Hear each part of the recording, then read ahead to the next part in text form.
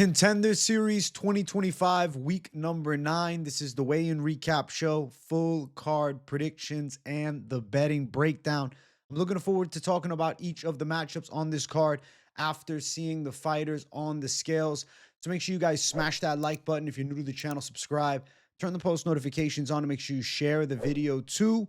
And also note, I'll be live for the entire card. Join me, Fight Companion, Tuesday, 8 p.m. Eastern Time. And let's get into the first fight of the night.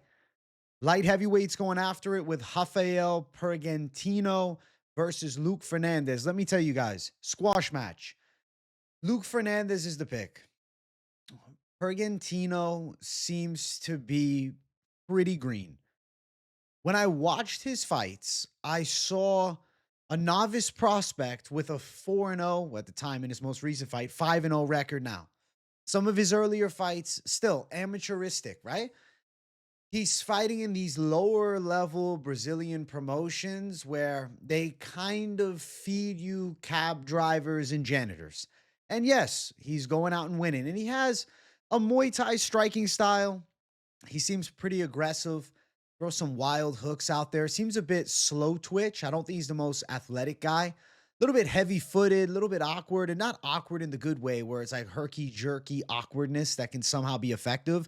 Just like not a good athlete and not the natural fight timing on his shots. But obviously will to win. 5-0 record. It's something. Now, the opposition level has been low. Like I said, a 3-2 fighter, 8-4 fighter, but on what planet? Who they fighting 8-4, 0-1, 1-0, 0-0. He hasn't really fought anybody good.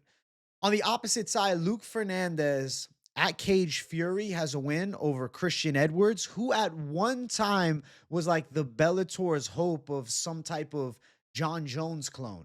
Obviously, he turned out to be a bit of a bust, but still a very capable fighter, good striking, good size. And we saw Fernandez go out and beat him fight before that, sick knockout. Yeah, Greg Ellis is not elite level, but the guy's got double-digit pro experience. It's all right. He's a finisher. I mean, you got knockout victories and you got impressive knockout victories at that. He's got a good striking ability, but it's more so of that in your face, back you up, rip body shots, rip head shots, take you down, beat you up. He's got a nice check left hook and he does have power in his hands, but overall, his style is kind of to just pressure you and break you, whether it's going to be him landing a big shot on the feet or him on top, beating you down with ground and pound. Either are possible outcomes. I don't know what Pergentino's ground game, at what level. Yeah, he's got a submission win. Yes, he knows some jiu-jitsu, but he just really seems to be not at all ready for this spot. Both guys are 5-0, but quality of the 5-0 is everything. Okay, Cage Fury is a respectable promotion here in the States that builds good prospects. The organizations he's fighting in, Noite de Guerra, I hadn't heard of. I've seen some of the matchups in the NFC. They're like fighting in a little back room, it seems like. And even in his most recent fight, they had the dwarf ring girl. So it's kind of a strange league that he's throwing down in with the freak show fights. Successful at that, but this is to enter the highest level of combat. He's not ready. He's not ready at all. Luke Fernandez should destroy him in a round. I think it should be a first round KO. I think that Fernandez is going to put a pace on Pergentino. Pergentino will start to brawl. He gets aggressive and he's hittable. He's slugging fist and he's there to be cracked. I think Fernandez could drop him with a big punch. I think Fernandez could take him down and pound him into oblivion. I'm going to say Fernandez gets his fight out of here within the first 5 minutes. Very one-sided and complete squash match, I feel. There's Pergentino on the scale. Listen, he's lost some weight. He was at heavyweight looking fatter. Still has a lot of visible fat on him. Obviously not on a good strength and conditioning nor diet protocol. The guy is built more like a middleweight. Here he looks like a milk carton. Not liking his chances. On the opposite side, you got Jersey Tough with Luke Fernandez. He's going to absolutely buzzsaw Pergentino. There's the face-off between the two. This should be a squash match and a half, and the odds reflect exactly that. Pergentino ranging from at best -700, but -1,000. Okay, he is a 10-1 favorite in this matchup. He really is expected to destroy, and I agree. Pergentino should be a massive +650 underdog. This is a squash match. Under a round and a half, minus 250. If this fight goes over 1.5 rounds, understand that that is a moral victory for a guy in Pergentino who just really seems far from UFC level. I think Fernandez is going to buzzsaw him. I think Fernandez is going to do damage. I think Fernandez is going to break him with pressure. He could drop him with a body shot. Pergentino also seems to have a terrible gas tank. He, against his most recent opponent, was getting cracked with shots on the feet and was completely out of gas and like comes forward for a takedown and his opponent just falls over. Like, I'm telling you, the level of competition is shit. Okay. It is American level amateur at best. All right. You have higher level guys doing fucking street beefs than some of Pergentino's opponents. That's the level we got here. And I don't think that that matches up well with a legit Cage Fury fighter. Obviously, Cage Fury champ too, but besides having a regional belt, it doesn't matter. 5-0 as a pro with decent competition, good athleticism, nice power, an aggressive style, a pressure onslaught, and he's gone 4 rounds. Obviously, the Cage Fury fights, they're 4-round title fights. He went 4 against Christian Edwards, and he had cardio. He wins this fight anyway, but I'm going to say in the first round, this is going to be a squash match. So, Fernandez, violence, round number 1. Next fight, Donovan Hedrick versus Luis Felipe Diaz. So Donovan Hedrick, excuse me, I just botched his name. Sorry. Donovan Hedrick, he's going to be my pick here. Maybe it's bad luck that I just added an N to his name. I don't know. No contest incoming. Listen, looking at what he can do, it seems to be that he is the definition of violence. Watching his fights, he's blitzing through people. His most recent fight over a year ago, which I don't love, his opponent like knocked himself out on a takedown attempt, but has good ground and pound. Striking seems effective. Muay Thai seems pretty sound. MMA based Muay Thai, not traditionalist Muay Thai. I really feel like you have to go with the undefeated guy as opposed to Luis Felipe Diaz. Has not fought in over 2 years. And you look, it's a 2-0 opponent that he's beating. Fight before that was flagged by Tapology. Then he had 2 losses here in Brave. And listen, Brave is a solid organization. And he had a gutsy effort against Marcin Bandel, who's really experienced at 20-7 at the time. Still clearly lost the fight. He got finished by Luis Cotto. Like, he brought aggressiveness with striking and he threw some big punches in those fights. And he does have a good power Muay Thai style, but I don't know with a guy like him. Not a full-time fighter, it seems, off at least for a long time. Brazilian Jiu-Jitsu black belt, but what does that mean in this modern era? Not nearly as much as it meant 15 years ago or even probably 5 years ago. Donovan Hedrick seems like the better athlete, seems to be a God-given gifted athlete, all right? Good wrestling threat, takedowns seem to be there, which has been a weakness for Diaz in the past. All his wins are first-round finishes. His longest fight as a pro was not even 3 minutes. The red flag is what happens if Diaz survives the onslaught. What happens if Diaz hits him with a hard punch to the face? Well, we'll find out everything come tomorrow. But I'm going to have faith that Donovan Hedrick isn't just a one-trick pony where he needs a knockout in, 3 minutes or less. I think that he's a fit person, seems to have, I think, a good ability that even if he was tested a bit, he can come through some adversity, right? Can fight with a good IQ, land takedowns, get on top, embrace the grind if need be. Obviously, it's Contender Series, so he's looking for the finish, but I still think a money strategy here would be to mix in some takedowns. Felipe Diaz's chance is the power bomb, the overhand right, the wild left hook, the typical crazy Brazilian slugger style, okay? That's what Diaz is. I think that Donovan Hedrick has more upside, and I think he's live to get the win with some ground and pound. It could be past the over 1.5 mark. I wouldn't be shocked if he made it outside of the first round, but I'll tell you this, with Contender Series, with both guys probably going to put on absolute blast mode, we could see a first round finish for Hedrick. I could see him catching Diaz. I could see him getting on top of him, pounding him out with big shots. I could see Diaz melting with the pressure of wrestling. I'm going to go with Donovan Hedrick. Now, note that Hedrick is stepping in on short notice, but Diaz was also initially stepping in on short notice to fight Jimmy Pace Jr. So it's not like Diaz was originally set for this card months out, and then bam, we got a replacement. You know what I'm saying? I say Hedrick can do it. Now, obviously, unproven on both sides, though. I mean, obviously, a lot of pro experience for Diaz, but Hedrick undefeated 6-0. There he is on the scale. Diaz looks really scary. Diaz is an intimidating motherfucker. Something tells me Diaz is going to come out guns a-blazing and he's going to get knocked out. I'm going to go Donovan Hedrick by KO. It could be a big right hand into ground and pound. It could be a takedown, passing to mount to pounding out Luis Felipe Diaz. Diaz looks in great shape. I don't know if he's passing USADA testing or, drug-free sport testing. I don't think he'd pass USADA, but, the modern day testing is a little more lenient. I think Donovan can win. Odds are essentially even here, minus 115 for Donovan at open. He was minus 185, so some love on the Diaz side. It's come close. Is the Diaz love because of his physique? Is the Diaz love because of his losses in Brave? I mean, I guess you could give him some respect. He beat Vinilito Antunes. Remember, he fought against Islam Dulatov last season on Contender Series and got destroyed. And that was 5 years ago. He hasn't been active. I don't like it.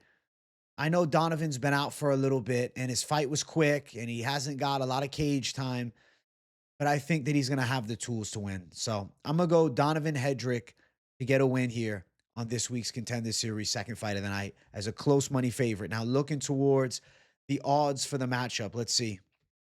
It's expected to be short, under a round and a half, minus 155. It really is possible they go under. I could see Diaz, who hasn't fought in a while, coming out over aggressive and getting caught and just slugging for the finish. If Hedrick's got a chin, also green flag, right? If we will find out if he does. If he's got a chin, that'll be great. We don't know.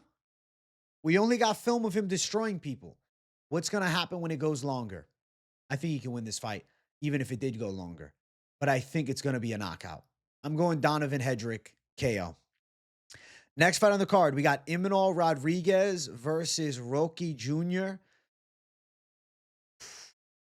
I like Jr., guys. I know you're going to say I'm nuts, but I think I'm going to pick Jr. to win. Imanol Rodriguez has a lot of hype right now. He probably wins on a few other judges' scorecards against Joseph Morales on last season's tough semifinal. Morales looked sensational and won the show. Imanol Rodriguez is a blue chip prospect and a really good talent. But can I add something in? When you're in the tough house, the performance could be less than. Joseph Morales looked amazing in his debut. I don't think that's the version Imanol fought. That's not to say Imanol isn't good. Imanol definitely is. I mean, listen, he knocked out Alberto Trujillo. That's hard to do. Trujillo's good. Trujillo beat Alden Correa, and Alden Correa had a sick UFC debut. I think Imanol Rodriguez has talent, fast boxing, good takedowns, pressure. 2-0 is a pro boxer, actually. Watching Roque Jr., though, it doesn't seem to me that he's some future journeyman. The kid seems to have a legitimate striking skill set, clean and precise kickboxing, patient with good hand speed, nice timing on his teeps, really nice hooks in range. He's got sharp hooks, too. The way he throws them, the best way I can describe it is like a sharp hook, tight, clean. Yes, he doesn't have the ultimate fighter. That's what the odds are so, wide for Imanol's side. Because of tough, because he went out there and gave Morales a good fight. And he won a fight on the show against the only Indian tough competitor ever. Does that mean a lot, though? I think that Roque would knock him out as well. I feel like Roque Jr. is easy to overlook, but when you really look at what this guy can do, you have high-level skills. Oh, well, he lost this fight. That decision was not real. I went back and watched that fight, and I was surprised by that decision. I was confused by that decision. I was like, how did he lose? He didn't lose. So in a perfect world, Roque Jr. is currently riding a 1, 2, 3, 4, 5, 6, 7, 8, 9 fight winning streak. The kid's got skills. He's a technical kickboxer, but well-rounded. Light on his feet.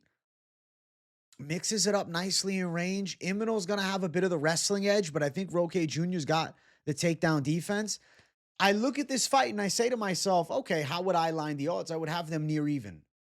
But because of Imanol being a Daniel Cormier prospect now, obviously fighting on the Ultimate Fighter and having good performance, it's boosted his line. Imanol could go out and win. I'm not telling you that Roque Jr. is the lock of the century. I'm telling you that it's a fucking fight between two really good prospects.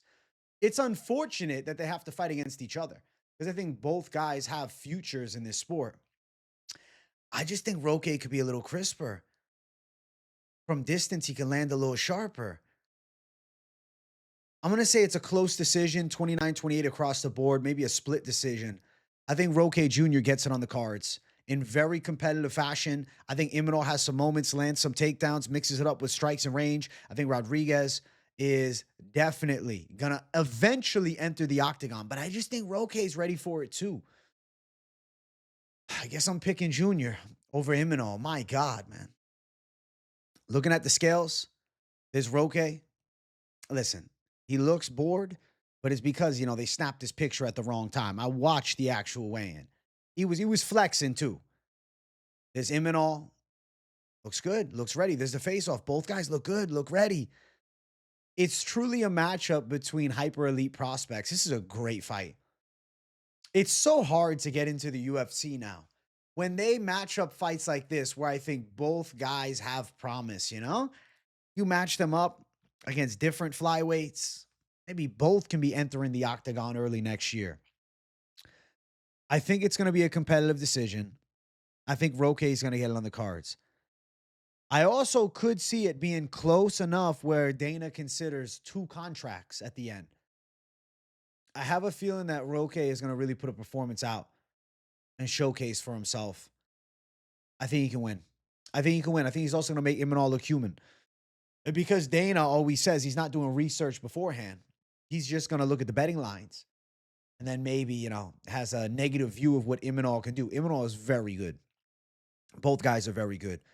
Highly talented fighters on the Contender Series. Like if you compare skill sets from our first fight of the night, Brazilian opponent versus this Brazilian here and Imanol, there's a level difference.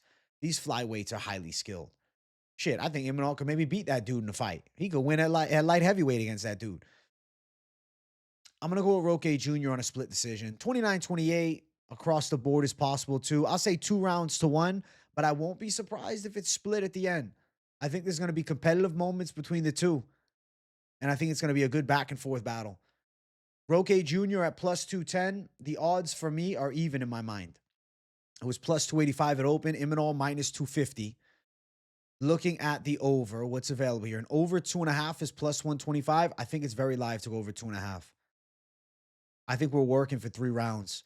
2 guys that want this more than anything. May the best man win. I'm going to say Roque by a tad bit. By an inch. Gets it on the judges' scorecards over Imanol Rodriguez.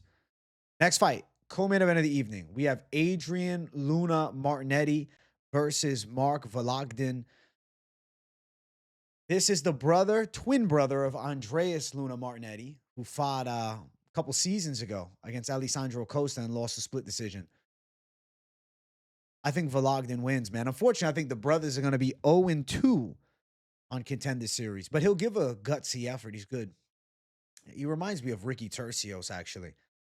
I want to speak on the positives, though, with Vologdin. He comes from a Kyokushin karate background and has some really nice stand-up game. His kicks are sharp. His hands are powerful. He has that kind of kickboxer-esque stand-up, very tight, very precise, not bladed like a Wonder Boy, not that level of karate, but you can see the karate flair in the way that he throws. All-Stars team training alongside Bernardo Sopai, and you can see comparisons to the two. He really likes that spinning back body kick, throws it a lot. Has power in his hands, nasty straight right. Well-rounded, seems to have a good defensive wrestling game. Did lose a fight against a guy who put it on him with wrestling earlier on in his pro career. But he also took his opponent down there. He also got mount, and that was a few years ago. Vologdin's a stance switch hitter, and he really seems to have God-given gift of power true explosiveness, and very accurate stand-up. He has the striking edge over Luna Martinetti. Luna Martinetti has good slick jiu-jitsu, though. Solid body lock takedowns, good trips against the cage, good body lock trips even in the center of the cage. His stand-up is decent, kind of an upright kickboxing style. Long jab, good body kicks, but not sharp and explosive strikes, right? Really does remind me of Ricky Tercios. His jiu-jitsu is good. His BJJ game is good. He's going to be looking to get this fight to the ground. He's dealing with a guy that's very compact and short and stocky and jacked at 5'5". Vologdin is going to be a hard guy to body on the mat, man. I don't think Luna Martinetti is able to hit the key takedowns. He might hit a couple, but I think Vologdin's scrambling skills are good. I think he can get back up. I think he can land bigger shots on the feet.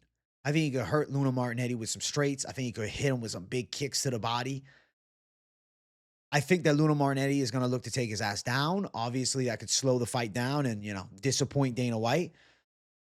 I feel like Vologdin's going to get it in a competitive fight, but a Vologdin fight. Winning the key striking exchanges, staying safe when they hit the mat, and maybe even getting on top of Luna Martinetti. I definitely favor the physicality side of Vologdin when things get testy on the ground. I'm going to go with the side of Mark Vologdin to win. I do think I lean towards judges' scorecards. Could he knock out a Luna Martinetti? Definitely, but I feel like Luna Martinetti has a good chin. Seems to be pretty capable in all areas. Reminds me a lot of Ricky Tercios, I'm telling you. And the Bernardo Sopai Ricky Tercios fight reminds me of this one. There's almost like a very comparable matchup, right? Go back, rewatch that fight. You might be looking at that mirror match here between the two. I'm going to say Vologdin can pull it off. He can land the bigger shots, defend the key takedowns, defend the grappling exchanges, stay safe, and get his hand raised. So Mark Vologdin to get it done is my pick here. There he is on the scale. Now, he's got a baby face, but just cover his face, all right? He's got the killer eyes, all right? He's got the Russian killer eyes. And he's jacked, freakishly wide. Looks like he's saucing up. I don't understand. He's built, like his torso width is that of a fucking light heavyweight. And then there's Luna Martinetti. Squint, and you're looking at Ricky Tercios, I swear to God. And there's the face-off. Height advantage for Luna Martinetti. I expect him to try and wrestle here. I think Vologdin's explosiveness, clinch grappling defense, and overall striking offense will be ultimate difference makers between the two. And I like Vologdin's chances a lot. It'd be nice if he got a KO, but I could see them going 3 long. Vologdin minus 140. Luna Martinetti plus 120. What's the over here? Over 1.5 rounds at minus 230. I favor yes on the over 1.5 rounds. I think we're live to go a little longer here. Looking at methods of victory wins for Vologdin, dude's sitting at 6 KOs, 4 submissions, 2 decisions. So normally it's violent finishes, but at this level, I think he could run into a guy that can take some shots, mix in some takedowns, and give him a dogfight. 6 sub wins for the side of Luna Martinetti, some finishes with ground and pound as well, and then 6 decisions.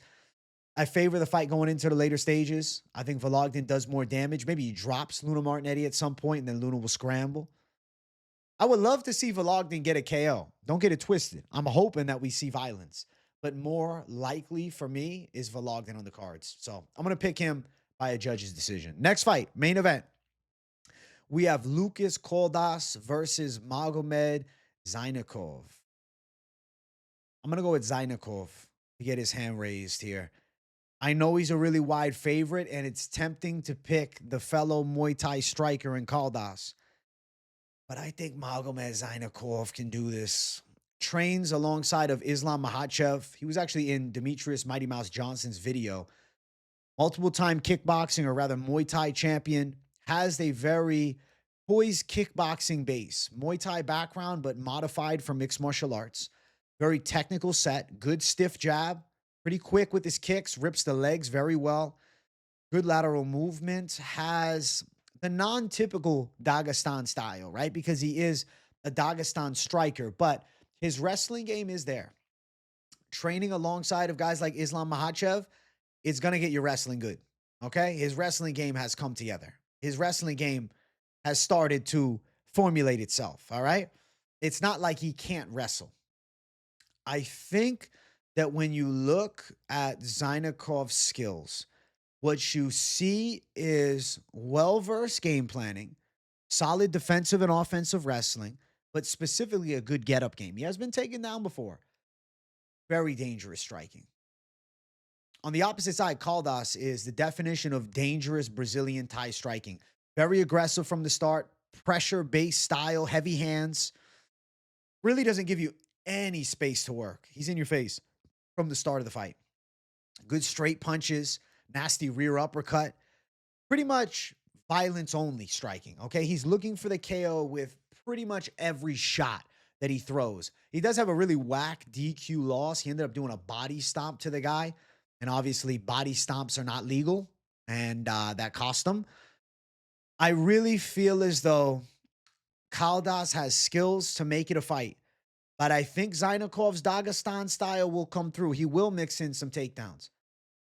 He will win some key striking exchanges. He'll absorb some big shots and he'll be tested here. But I think he can get it done.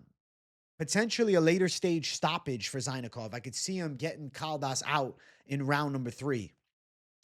Looking at his wins, took on a 7-0-1 fighter last time, won a unanimous decision. Before that, a 6-2 fighter, won a unanimous decision. On the opposite side, Caldas, 6-6 fighter last time, 7-5 fighter the fight before, 6-4 the fight before.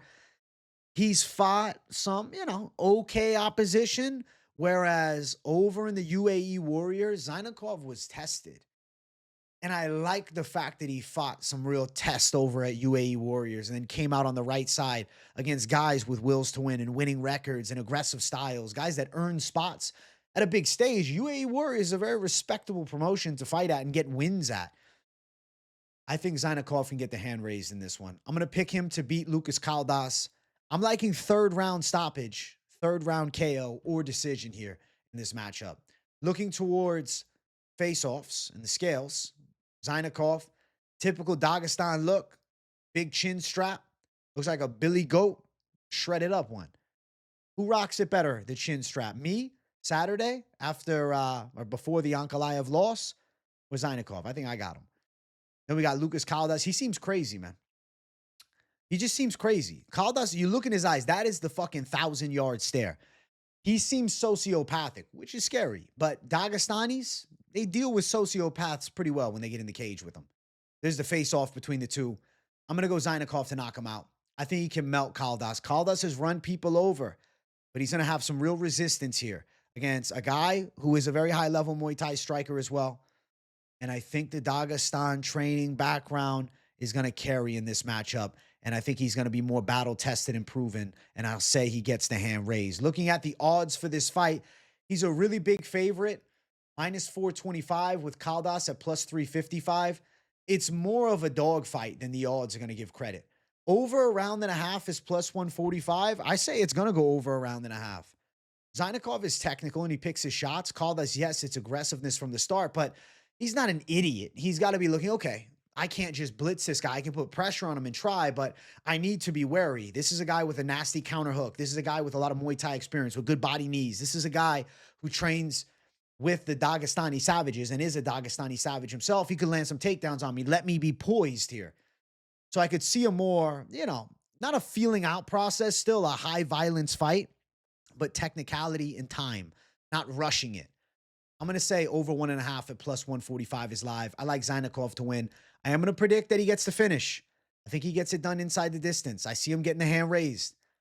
I'm going Magomed Zaynukov defeat Lucas Caldas by third round KO in the main event of this week's Contender Series card. But we're not done just yet. I do want to talk about the parlays to play. And let's look at some betting lines here. All right, so how are we going to line things up? Let's see. Let's think about this. I feel as though the minus 700 Fernandez is a lock, but I definitely think that Fernandez wins inside distance or even KO could be parlayed up as well. I think that this fight is most likely going under a round and a half. I'll get the odds in a second. I'm trying to see if we can do any straight money line plays, though.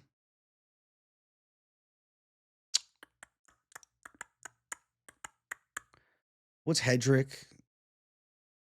Hedrick, Fernandez, and Zaynukov plus 173. That's so boring, though. Let me get the over here. So over 1.5 is plus 145. Let's find a line of similar value here to mix in. All right, we got a plus 144 there. All right, we'll use Marlon Vera for a second. All right, so the over 1.5 in that main event is a possibility. The Imanol Rodriguez fight to go over 2.5 is also plus money. The under 1.5 in this way, they're killing me. I gotta fucking keep bouncing websites, man. Give me a second, guys. I should have probably set this up beforehand, but I like to do it on the fly. Under 1.5 there is minus 250. I do think it goes under 1.5. We'll just use the Imanol line. So if you went with the over a round and a half in the main event at plus money and the under a round and a half in the first fight of the night, you got a plus 242 parlay. I think the likelihood of success is there. I feel like it's probable. Anything else that we can mix into that I feel? Not really. The Imanol over 2.5 is plus 125. So if we wanted to go plus money savage mode here, where's our plus 125? Plus 125. All right. Then if we want to add in the main over plus 144, boom. So if you have the over in the Imanol fight and the under, or rather the over 1.5 in the main event plus 449, if you think those fights are going over, with then the minus 250 under in the first fight of the night, plus 669. Something tells me be wary of Vologdin, though I'm picking him. And Hedrick, you got to be very wary too. Plus 669. Straight fighter picks. It's like, all right, yeah, Zaynukov should win. Fernandez should win. But that sucks. It's minus 233. That sucks. That's no fun. Then you want to go Vologdin? All right, plus 153. What if it was just straight picks, clean sweep? Plus 1372 because we got Roque Jr. in there. Listen, Roque Jr. mixed in with that over 1.5, or rather, was it over to 1.5? Yeah, over 1.5. I'm fucking confusing myself. Goddamn. Over 1.5 for the main. I'm surprised it's over 1.5 for the main. I keep thinking it's over 2.5 as I'm talking. 644. And then even if you just added in Luke Fernandez, you got plus 751. Now, if you think the Fernandez fight going under a round and a half, you got a better line, minus 250. Bam, bam, bam. You're looking at plus 942. And then you got to grab your nutsack. All right. You want to fucking pick Donovan Hedrick? You got plus 1889. We can spin it all types of ways. And I'll tell you this, I like the props for the Contender Series a lot. I am doing an in-depth prop deep dive tomorrow for Contender Series during the lunchtime live. It's kind of like a mini version of my Propaholic show from Thursday, specified for Contender Series props. We'll talk all the props in depth, and then we'll add in some parlays too. I don't have the full slate of props today, but I will have it tomorrow. So a little Contender Series pre-show for you guys tomorrow in the afternoon. Make sure you guys tune in. I'll be live around, let's say, 1 p.m. Eastern time. Keep an eye out. Turn the post notifications on. And we'll get into the prop side, and we can go deeper with the parlays, because I think this is one of those cards where over-unders with some fighter props and parlays are better than attacking some of these fat favorite money lines or just, going dog money. At the end of the day, Imanol and Roque is a dog fight. The over 2.5 line at plus 125 is a decent play. I mean, listen, if you like the plus 125, you put it in, bam. You put it with, you think the main's going over as well? All right, bam. Plus 449, but you're going to sweat your ass off. So I'd rather find some props with these certain matchups to make some real magic happen with the parlays. But for now, a good little template slate. Obviously, do your research, see where yours lines up with mine, see where we agree on the predictions to find some odds to attack. Bet responsibly. Listen, it's not gambling advice. I'm telling you what I'm thinking. You got to do what you feel is best. I hope you guys enjoyed this week's Contender Series weigh-in recap show. Definitely let me know in the comments what you thought of the picks. I want to hear from the people. What side do you want for the main event? You going big dog on the crazy Brazilian? You think Zaynukov handles? And I think a real coin flip of the night. People seem pretty torn up about this Hedrick and Diaz fight. So let me know in the comments what you got for some of the picks down below and what you thought of mine. I love you all. Smash the like button if you haven't. If you're new to the channel, subscribe it up. I'm excited to be live for the full card. Watch all the violence take place, and definitely tune in tomorrow to the lunchtime live so we'll talk about the prop betting side. All right? Love you guys. I see you all in the next one. W's in the comments if you got nothing to say. And I see you guys in just a little while for Moneyline. Shit, I'm live constantly, man. I love you all. Peace out.